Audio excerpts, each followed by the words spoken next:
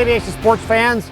John Leanhout's here, the CEO and president of Sun and Fun Aerospace Expo and the Aerospace Center for Excellence, right here on our beautiful campus on a gorgeous day, here to let you know where we're at and where we're going.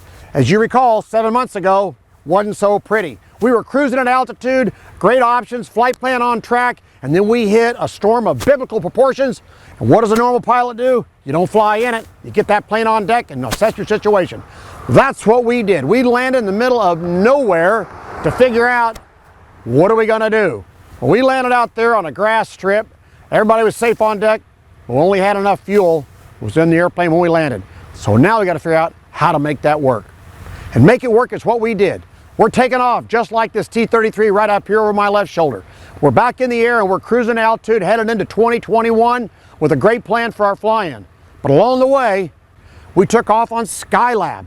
That's going to be a 22,000 square foot addition of STEM learning laboratories for aviation and aerospace enthusiasts, from kids all the way to adults. It's happening right over my left shoulder over here as we're building on to our 40,000 square foot Florida Air Museum Aerospace Discovery and making it one megatropolis of aviation learning. Additionally, our scholarships on track. We've been producing pilots. We're now up to 112.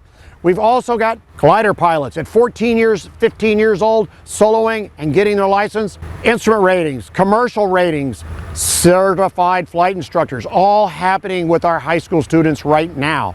Unbelievable activity. Our high school, right back on track. Population's back in the building. Yes, that's right.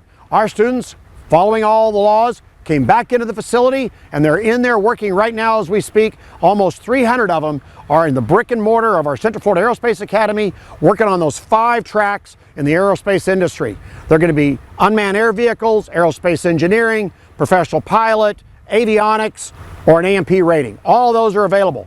We're also adding an adult A&P license certification on our campus in the next 5 months. All of this is happening because we didn't stop moving. We got back in the air and started cruising towards our destination. We have been fortunate enough to team with Able Flight and provide opportunities for men and women who are facing physical challenges to get into the sky, build their confidence, and rejoin life. What a great opportunity.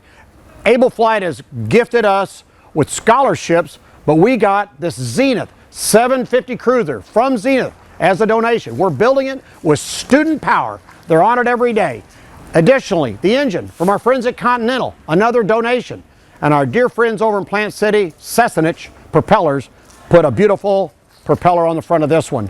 And the avionics, which is so special and unusual, Garmin teaming with Gulf Coast Avionics, put in an avionics package that heretofore has never been put into one of these aircraft, which is completely mobile and swivels to allow access for people that don't have the normal use of their limbs. Another great project with students making it happen. And if that's not enough, our teammates, the Lakeland Aero Club right here in Lakeland, with Mike Z at the helm, is back in full force operating, working on project after project, whether it be a motor glider, whether it be a Taylor craft, a Cub, a Cessna 150, putting them together, maintaining them, flying them, maintaining all the grounds out here, and actively engaged in practical applications of all those wonderful things they're learning at the Central Florida Aerospace Academy. So it's a fevered activity every afternoon here around 2 o'clock, where anywhere from 30 to 40 young students congregate and work in teams on all these really cool projects and learn the responsibilities and accountability that comes with aviation, and is just turning them into those great citizens that we are so anxious to take our places in the world of aviation. So as we all know, to make this work, it takes cash. Money's got to be there or nothing happens. So what are we doing? We're not just waiting for those great donations that you have so graciously given us, but we're actually creating revenues.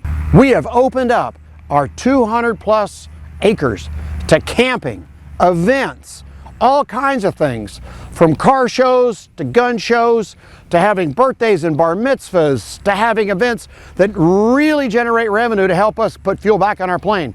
And additional to that, we're doing our own event, our own little miniature back in the day fly-in on December 4th and 5th of this year, Friday afternoon and Saturday.